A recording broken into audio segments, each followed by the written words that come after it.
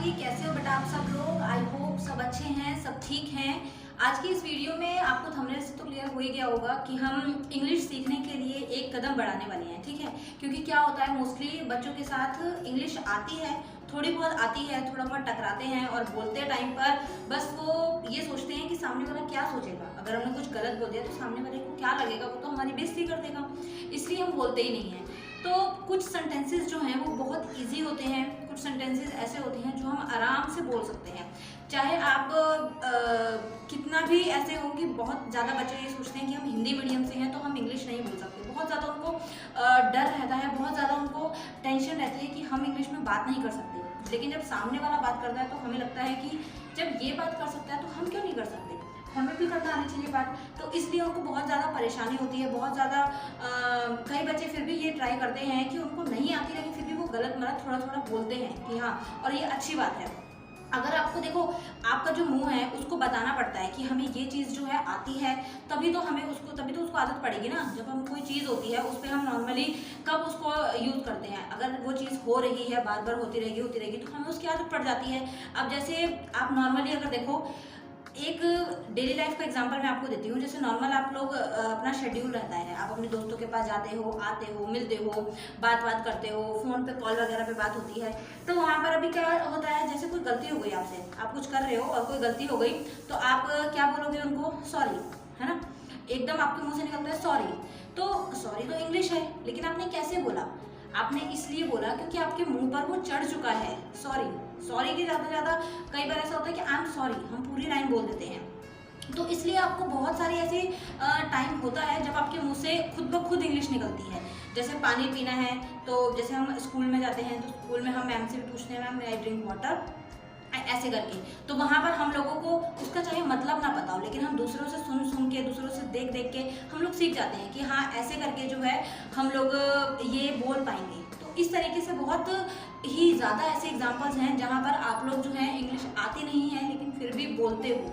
तो इसलिए आप लोगों को परेशान नहीं होना है, ठीक है। इस वीडियो में आपको बहुत सारे ऐसे सेंटेंसेस आप सीखोगे, और ये अब मैं एक बार मैंने सीरीज स्टार्ट कर दी है, धीरे धीरे ये सीरीज चलती रहेगी और इसके अंदर मैं आप लोगों को बताऊंगी कि किस तरीके से आप वो नॉर्मल सेंटेंसेस को आप अपने डेली लाइफ में यूज़ कर सकते हो और आप उनको प्रैक्टिस कर सकते हो, ठीक है। क्योंकि आसान है, कुछ मुश्किल नहीं है। बच्चे क्या है कि बहुत ज़्यादा डरते हैं कि मैम हम कैसे बोलें, हमें तो आती ही नहीं है, ये हमसे नहीं हो पाएगा। बहुत ज़्यादा बच्चों को यही डाउट होता है, क्योंकि हिंदी मीडियम से होते हैं, आधे से ज़्यादा जो रेशो है वो हिंदी मीडियम वालों का ज़्यादा है।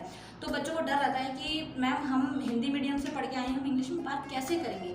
लेकिन जब आप बोलोगे, जब आप अपने मुँह को बताओगे कि हाँ इसको इंग्लिश बोलते हैं, तब ही तो आपके मुँह को पता लगेगा ना कि हाँ ये है। अब आप कहीं जा रहे हो और अगर किसी का फ़ोन आ जाता है, आप मान लो कि आप ड्राइविंग कर रहे हो या फिर आप साइकिलिंग कर रहे हो, आप जा रहे हो और कहीं पर जाना है आपको और वहाँ से फ़ोन आ जाता है, हाँ भाई तू कहाँ पर है, तो हम बोलते हैं मैं रास्ते में हूँ। तो हम उसको इंग्लिश में बोल सकते हैं आई एम ऑन द वे, मैं कहाँ हूँ, मैं रास्ते में हूँ, आई एम ऑन द वे। या फिर हम कहीं जाते हैं और दोस्तों का झुंड ऐसे ही बैठा हुआ है और हम जाकर पूछ लेते हैं कि क्या चल रहा है भाई यहाँ पर, तो हम उसमें क्या चल रहा है की जगह बोल सकते हैं व्हाट इज़ गोइंग ऑन।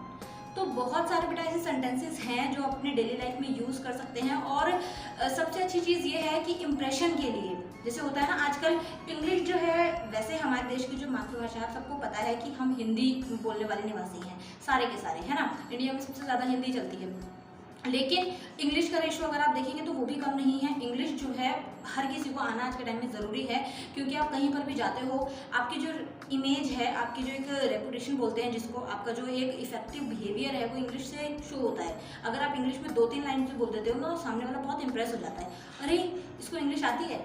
और आप लोगों के साथ खुद भी ऐसा हुआ होगा, जब हम कहीं बात कर रहे होते हैं और सामने वाला बोल देता है what is going on, I am going to my school, ऐसे करके मतलब वो 2-3 लाइन्स पे अगर बोल देता है ना, तो आप लोग सोचते हो यार ये तो बहुत ज़्यादा पढ़ा लिखा है, इसको तो बहुत ज़्यादा इंग्लिश आती है। तो ये कॉमन है, सबके साथ ऐसा ही होता है, ठीक है। तो आप लोगों ने डरना नहीं है, घबराना नहीं है। बस ये फर्स्ट सीरीज मैंने स्टार्ट कर दी है, ये फर्स्ट वीडियो रहेगी, फर्स्ट पार्ट रहेगा।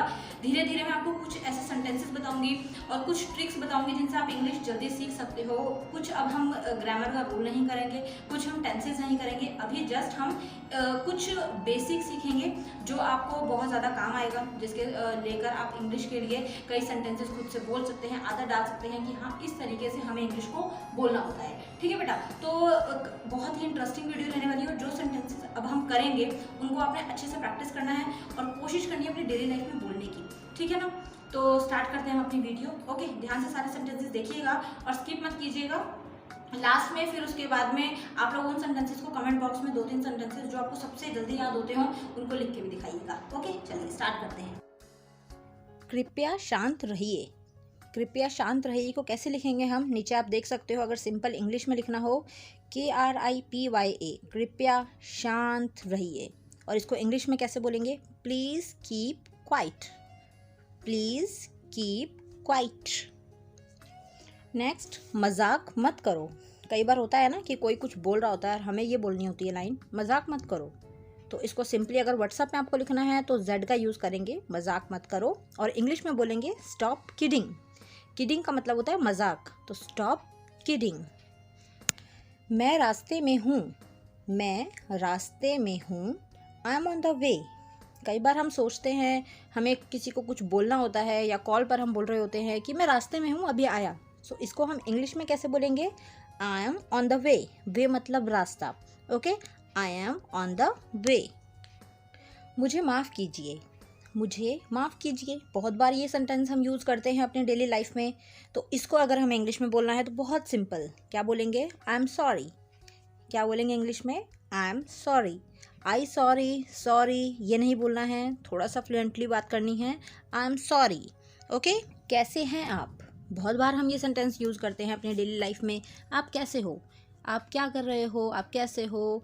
तो इसको हम कैसे बोलेंगे, इंग्लिश में अगर नीचे लिखा हुआ है हाउ आर यू, और अगर व्हाट्सएप पर हमें लिखना है तो हम कैसे लिखेंगे, KAISE, कैसे हैं आप।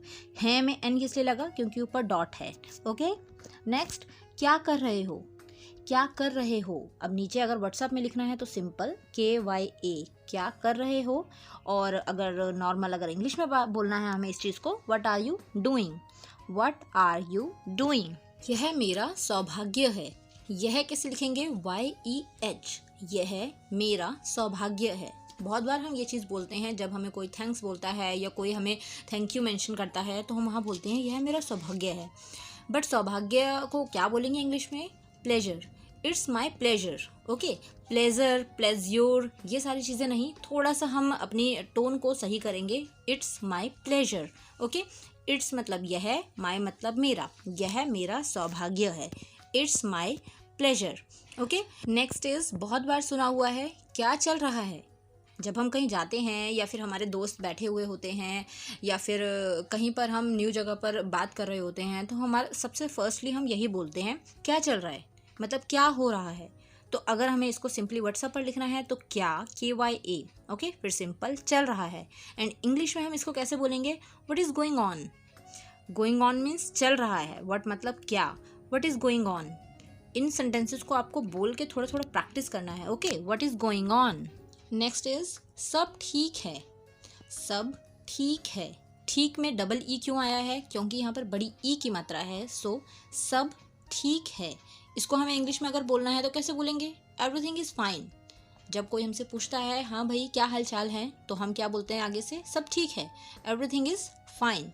बहुत ही सिंपल सेंटेंसेस हैं, बहुत ही छोटे सेंटेंसेस हैं। आप इनको जितना अपनी डेली लाइफ में लाएंगे उतना आपके मुंह को पता लगेगा कि हाँ ये सेंटेंसेस होते हैं। और जब ये सेंटेंसेस मुंह पर चढ़ेंगे तो बहुत ही आराम से बोल पाओगे। नेक्स्ट सेंटेंस जो बहुत बार आप लोगों ने मूवीज़ में, सीरियल्स में सुना हुआ होगा, तुम्हारी हिम्मत कैसे हुई। तुम्हारी हिम्मत कैसे हुई, इसको हम कैसे बोलते हैं इंग्लिश में, हाउ डे यू। बहुत जगह आप लोगों ने मूवीज़ में, सीरियल्स में बहुत जगह सुना होगा, जैसे हीरो या हीरोइन या फिर जो विलन होते हैं वो बोलते हैं how do you talk to me like this, how do you talk to me like this. तो ये वही है, तुम्हारी हिम्मत कैसे हुई मुझसे इस तरीके से बात करने की। तो इसको हम इंग्लिश में कैसे बोलते हैं, how do you. Okay, so I hope आपको ये समझ आए होंगे और वीडियो हेल्पफुल लगी होगी। इन सेंटेंसेस को जितना हो सकता है अपने डेली लाइफ में बोलने की प्रैक्टिस कीजिएगा। सेकंड पार्ट में भी मैं कुछ सेंटेंसेस लेकर आऊँगी, तब तक आप इनको प्रैक्टिस कीजिए और बोल कर देखिए। ओके।